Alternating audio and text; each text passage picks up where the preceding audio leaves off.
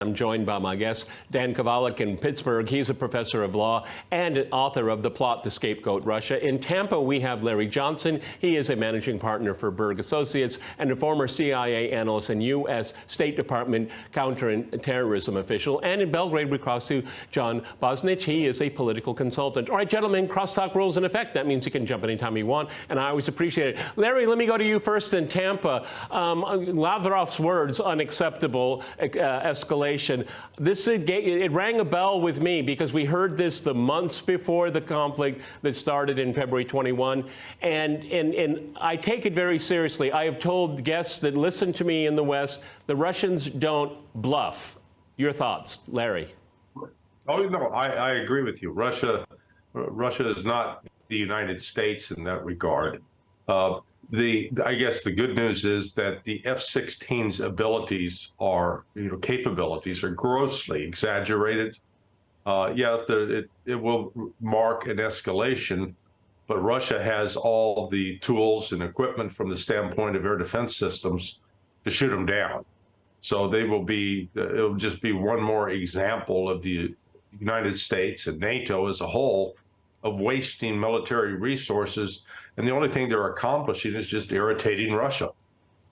Dan, basically the same question. This is in the backdrop that in the last 24 hours there was multiple drone attacks on the Moscow region. Very little damage. I don't think anyone was killed or even really seriously injured. But it does set a precedent here.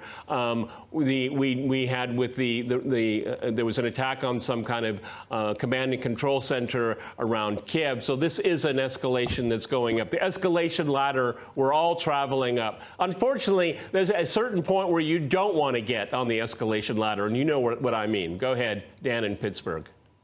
You know, this is a quite frightening situation, and I should say that at one point Joe Biden himself had said that sending these types of weapons to Ukraine would be crossing a red line that he didn't want to cross. But apparently we keep moving that red line further and further. And yes, we are, possibly headed towards a greater conflagration. It should be noted, of course, there's NATO troops now in Kosovo who are beating up on protesters, and Lavrov is saying that, Serbia, Kosovo could be another increasing hotspot in Europe. I mean, this really has all the markings of a greater world war, and I think we all need to be very, very cognizant of that and need to be raising our voices against it. Well, John, we have heard this great famed, almost fairy tale story about a counteroffensive. We just have to wait a little bit longer. So we throw in the F-16s here. I seriously doubt the F-16s will ever arrive there because for the very reason that Larry just mentioned, they'll just be shot down. I mean, the United States has been fighting herdsmen for the quarter century. They haven't fought with a peer power in using conventional power. Haven't fought an enemy that has an air force, I think, in over 50 years. John. Well, that number of 50 is a coincidentally quite accurate number because the F-16 is a 45-year-old fighter. It was developed in 1978. It's now 45 years old. And so what we're talking about is sending in a fighter which would be the equivalent of the British Spitfire from 1945 into a battle in 1990 in the Gulf War. That's the difference between today's technological advances and what was done in the past. So if you talk about the F-16, it's a non-stealth aircraft, easy to shoot down.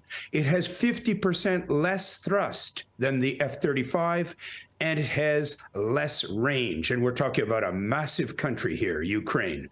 So I would suggest that what we're talking about here really is just an extension of the old war is a racket that American General Smedley Butler described. This is a way for America to clear its inventory, indebt the Ukrainian government and Ukrainian people for the next generation, and get rid of useless hardware and have Russia shoot it down for free. That's what's about to happen. Well, talking about things in reserve here, Larry, I mean, just how many more troops can Ukraine sacrifice for NATO's ambitions? And its only ambition is not to induct Ukraine, obviously. It is to inflict a strategic defeat on Russia. So, I mean, I've pondered for months now what future historians will say about the leadership of Ukraine. I mean, they're the ones that are sacrificing their young while the others flee the country. I just have to wonder the demographics of all of this. Larry. Right. Well, future historians will look back and say that both with respect to Ukraine and to the West, they were insane. That or they were sadists. The reality is Ukraine does not have the manpower to send into battle. And what do I mean by that? It's one thing when you recruit somebody and put a uniform on them. That does not make them a soldier capable of operating in large unit maneuvers, as an example. And that requires months of training. Well, Ukraine doesn't have those people that it can grab and then put into those training situations and allow the training to unfold. And they have the leisure of then sending these reserves. And they're still going to be green and unprepared. That's what I don't get with this, you hear with respect to the F-16 discussion. It's going to arrive later in the year, like December. I don't think Ukraine's military will be intact by the end of the year. I do not see how it can continue. Months of basic training, basic training. And we're talking about advanced weapons here. No way. Yeah, well, I mean, basic training is like 3 months, basically, for just to get started. And that's learning how to put on your uniform, march in formation, and understand the difference between right and left. Well, but Larry, also here, I mean, I hope I get my number right here, but up to 600 different systems, military systems are being thrown. I mean, Italian stuff, Portuguese stuff, a little bit of Polish stuff. I don't know if anybody in the Baltic states have anything more than a pistol, but, I mean, none of these things can talk to each other. Actually, the artillery, they use different caliber of shells. I mean, again, we can talk about lack of training, which, this has even been reported in Western media, but you have this kind of, ragtag amount of used stuff that nobody really wants anymore. Larry. And no, it's a garage sale. I saw this firsthand, how it affects operations when I was with the CIA and we were providing supplies to the Contras. Alan Fires, who was running the Central American Task Force at the time, he bought 5 different aircraft, and every single aircraft had different maintenance requirements. Instead of buying one kind of plane and servicing them with the same kind of parts, he created an incredible logistics problem. And the NATO and the United States, they're doing this on a nuclear scale. I mean, it's massive how incompetent it is. Well, Dan, I mean, again, the biggest frustration for a lot of people watching this is the whole issue of timing. And I think you were on my program when I asked them who's got the clocks and who's got the time. And the way I read it, and I'm not a military expert, even though everybody on cable thinks they are. I am not, okay? I'm serious, the way I look at it is that the F-16s, all this little trinkets, that's just for PR, okay? But the way I look at it is that the Russians are waiting for the counteroffensive. It will fizzle out, and that's when they will take their charge. I mean, the history has proven that over and over again. I mean, the Battle of Kursk is probably a good example. Dan. Well, yes. I mean, I think, look, militarily, Russia has probably, an advantage that cannot be, countered at this point in any serious way. The goal of the United States at this point is to keep the war going for as long as possible. And in many regards, that means trying to win the propaganda war, trying to show that we're still doing something to help Ukraine, trying to show that Ukraine still has some fight left in them, though not much. And that really, again, is the tragedy here. I think the result of this war is not going to change. Russia will prevail. But what's going to happen is the war will be prolonged, and many more people will die on both sides. And that is the horrible tragedy of all this. And the idea that somehow the U.S. cares about Ukraine or the Ukrainian people, I think, is belied by that fact that they don't care how many Ukrainians die in this effort. And I fear that given that the 2024 election campaign is right around the corner, that is only going to incentivize the Biden administration to keep this war going even further, because they do not want a Russian victory before the 2024 election. Or let me, we got 1 minute before we go to the break. John, I want to flip what we just heard from down here. They just don't want a Ukrainian defeat, okay? They're not even thinking about a Russian victory. They just want to keep the Ukrainians going, and it's bipartisan, okay? Remember, it's a very bipartisan thing. Them on life go ahead. Support.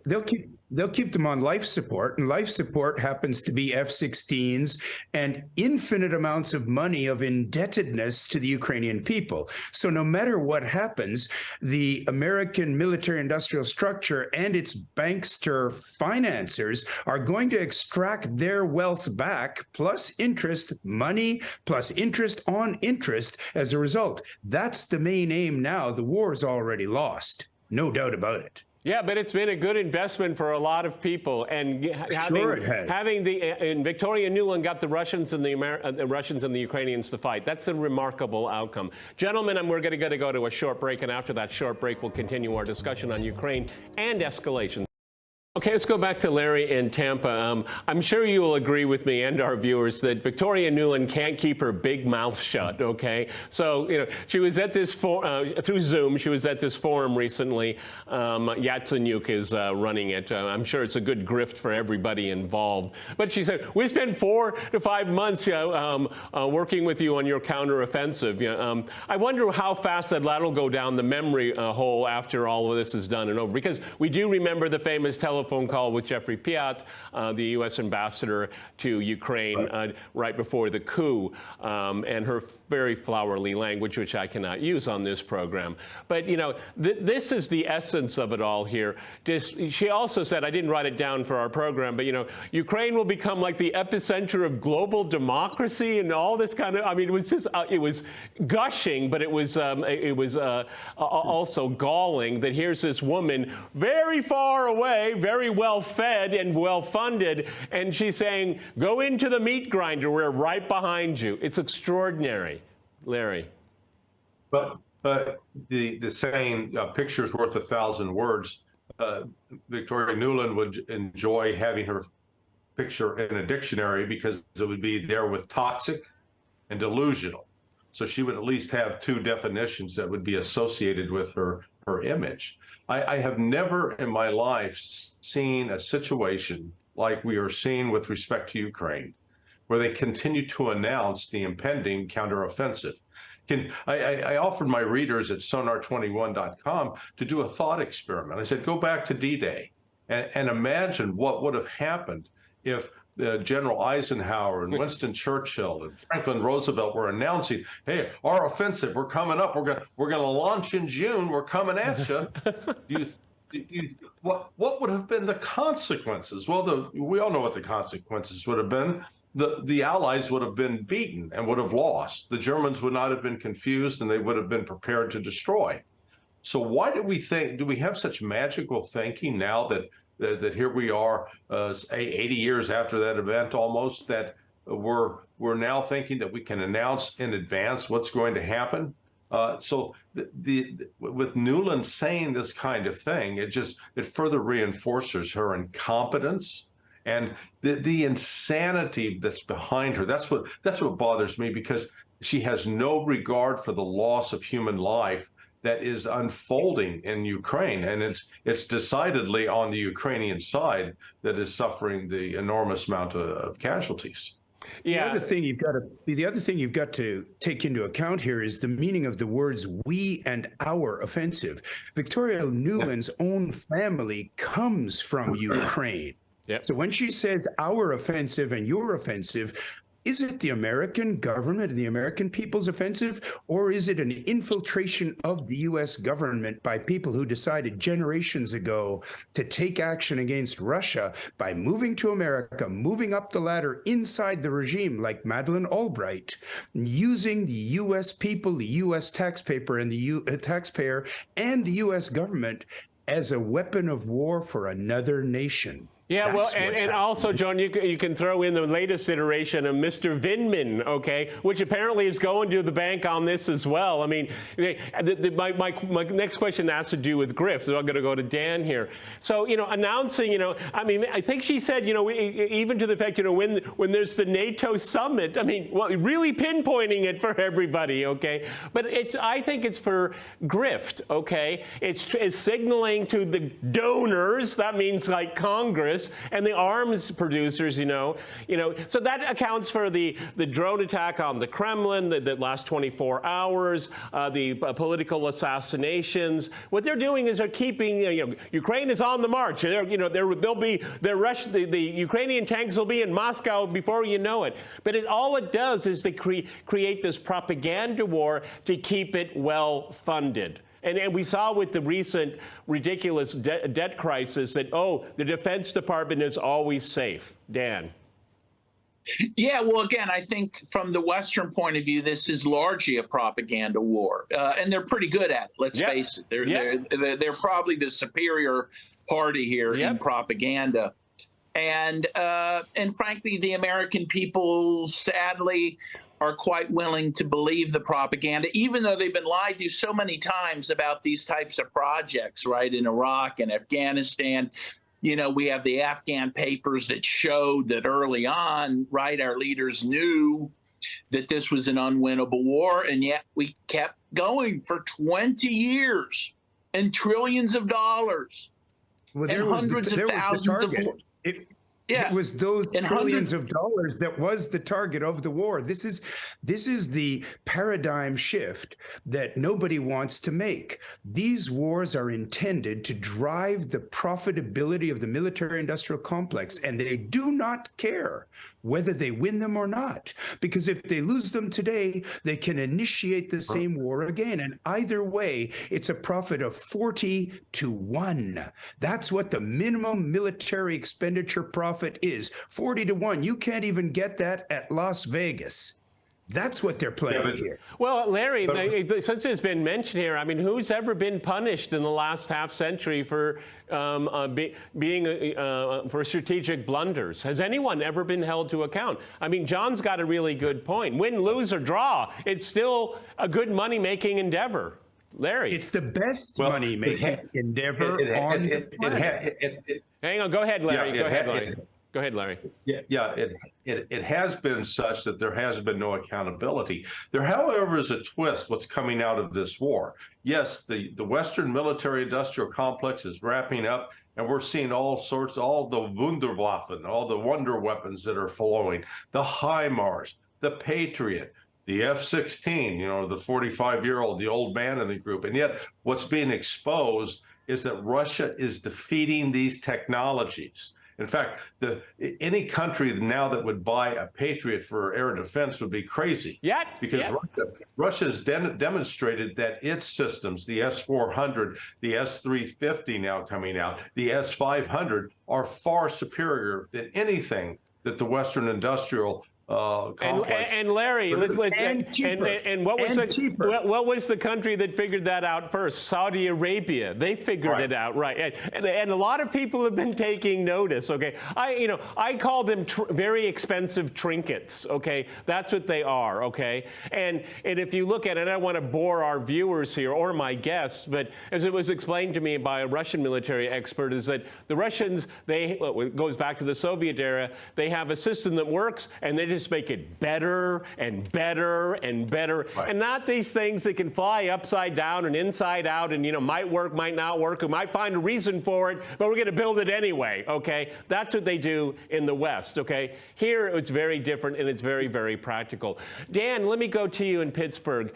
The biggest problem, because you were talking about how the Westerners are explained this war, and for me it's very discursive. and it's the narrative.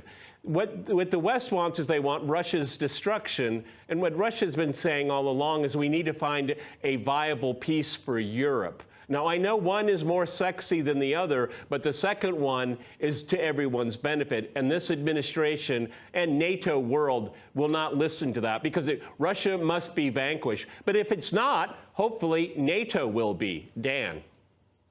Well, certainly NATO, shouldn't have ever existed, and it's certainly, if it had any purpose, that purpose, went away a long time ago with the collapse of the Soviet Union and the East Bloc. But in any case,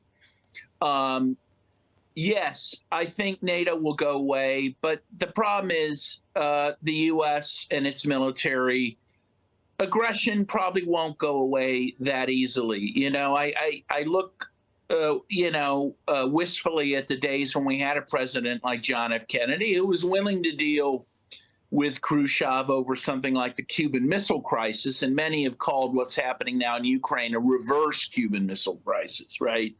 That it's now Russia being threatened, by war and by missiles and troops on its borders, as the U.S. saw it being threatened by missiles in Cuba. But still, Kennedy was willing to make concessions to ratchet that down.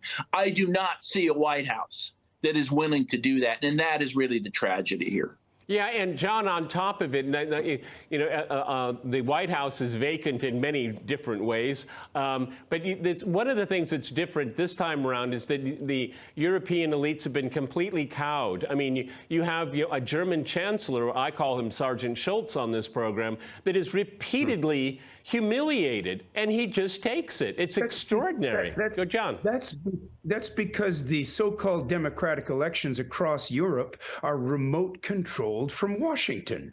And any criticism of Zelensky also is misplaced because he's nothing but a marionette. And if you trace the wires all the way back to source, Biden is also a marionette of the banksters and of the military-industrial complex. His job is just to rubber stamp the spending of taxpayers' money and its transfer into the hands of those who do not give a damn about America, about Ukraine, or about anything related to either.